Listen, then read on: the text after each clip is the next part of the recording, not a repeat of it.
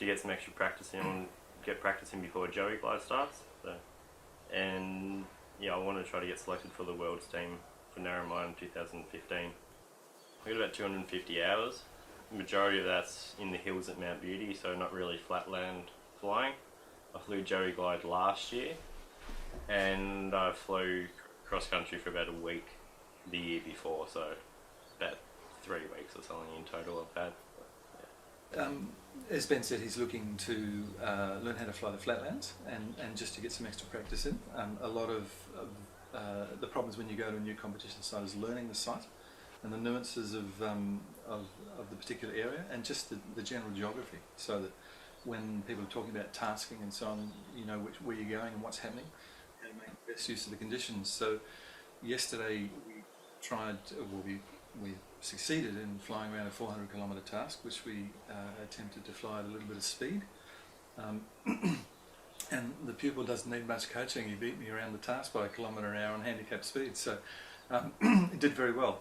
And what we're trying to do is what coaching is all about, which is basically a more experienced pilot offering their experience and mentoring a less experienced pilot, and classic lead and follow flying.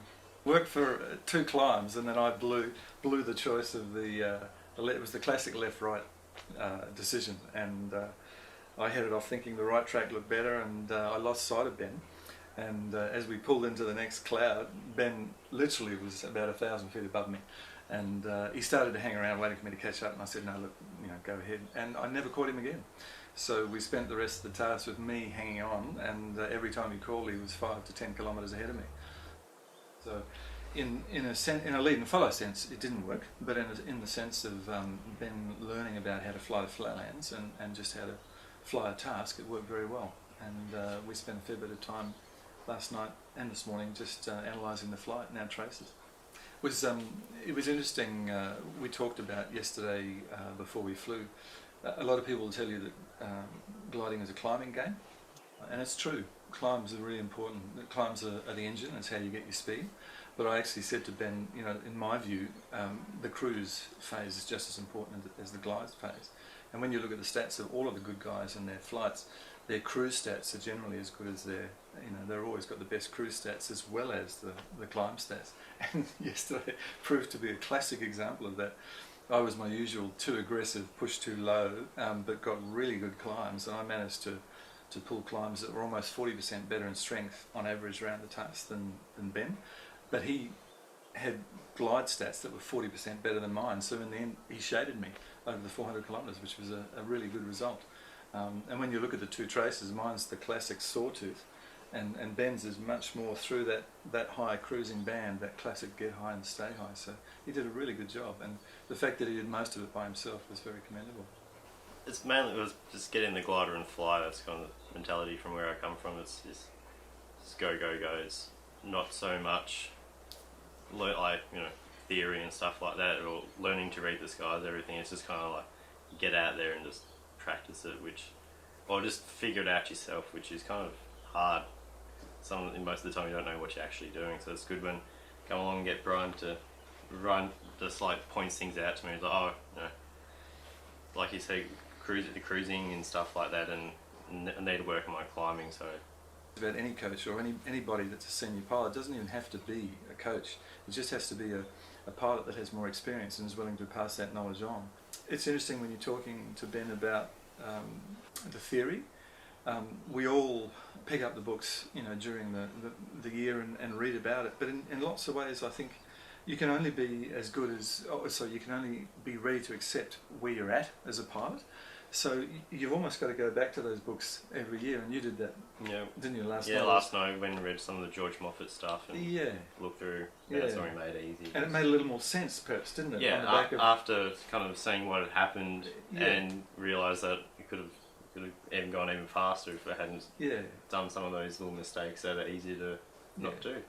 Yeah, there's a chapter in George Moffat's book called Winning by Not Losing. Winning by Not Losing, which is about low loss flying. Peter Trotter, national coach, is a big champion of that chapter. Yeah, so over the next 2 years, this year it's the 40% year, so 40% of your score goes to your qualifying, and the year after, it's 60% of your score goes into the qualifying. And if you kind of get in the top 6 positions, you get a spot on the team, pretty much. But it's primarily about doing well at Joey Glide over the next 2 years. Yeah. And it's an FAI Worlds in 2015 with 2 classes, a wet standard class and a dry club class. So we'll be looking for 3 pilots in each class. And this regatta here, which is the Narromine Cup that we're at, for me, and I've always been a big champion of this event, and you'll probably find this week, I hope, the fact that you can hang out with a whole group of pilots from Jarrett Kirstens and John Buchanan through to a young guy just starting out on his first 50 kilometre is a fantastic opportunity. You can slot in at whatever level you're at, and everyone's willing to help you. Yeah. You sit around and talk to many people. Yeah, you talk gliding all week, and that's what a competition's about as well. A lot of people are not particularly enthralled about the idea of going and competing, but for me, again, you learn more in a week of competitive flying than you do 6 months at your club, because you're exposed to much better pilots. You learn from them watching them in the air, and you talk to them in the bar at the end of the day. GFA coaching program. Well, as you know, we have a coaching structure, and the formal aspect of that structure is a national coaching coordinator, who's Peter Trotter, and then every state has its state RTO sports, and in my case, I'm the RTO sports for New South Wales. So the role is to disseminate coaching and develop coaching events and make available coaching, and also to try and develop coaching within the clubs, within the club network themselves, amongst their own instructors and coaches and pilots. And that's something that I'm gradually doing now in New South Wales, to develop your own club. Bathurst has just come along, and we've appointed, it was wonderful, Graham Brown rang me up, and the head coach there, and asked if he could have some of his instructors appointed as coaches, and he recognised the difference, which is that instructing is about ab initio instructing. It's about teaching skills and judgment and attitude, and a basic set of skills to be able to fly an aircraft safely. Whereas coaching is about then being able to take that aircraft and do something with it. The why we fly as opposed to the how we fly, perhaps, is what the Dutch coaching program talks about. And what it's about, in my view, and for most people, is being able to fly cross country and enjoy yourself, going distance flying with your mates, whether it's out of your local club or whether it's at a competitive venue or in a regatta situation like this. So the coaching program is designed to foster that and bring the more experienced resources around the country into focus for people like Ben and yourself, or anyone that wants to take advantage of coaching in general. And really, a lot of coaching is about just giving people confidence that they can do it, giving them enough knowledge to be able to increase their ability, but it's actually just imbuing them with a sense of confidence that there's not that much difference. When you start driving, you start in the supermarket parking lot, and you never think you're going to drive across the Sydney Harbour Bridge, but you do one day, and it's about just working your way through those steps gradually and exposing yourself to more and more challenge on in a progressive manner, where you're not scaring yourself along the way, but you are extending yourself. There's a difference between mild apprehension, and sheer terror. And there's no place for sheer terror in gliding. And coaching is about putting people on the elevator as opposed to the stairs.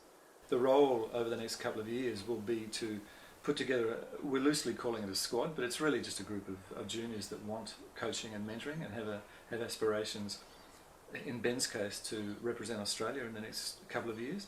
In other cases, it's really just to develop as pilots and to become national competitors and be comfortable competing at Joey Glide, but with a view to perhaps representing Australia in the future. So focusing the juniors on what they need to do to become a more talented and effective pilot and a better competitor, helping them to obtain those resources. One of the things with juniors that's quite different, but like in most sports, is access to resources, particularly gliders.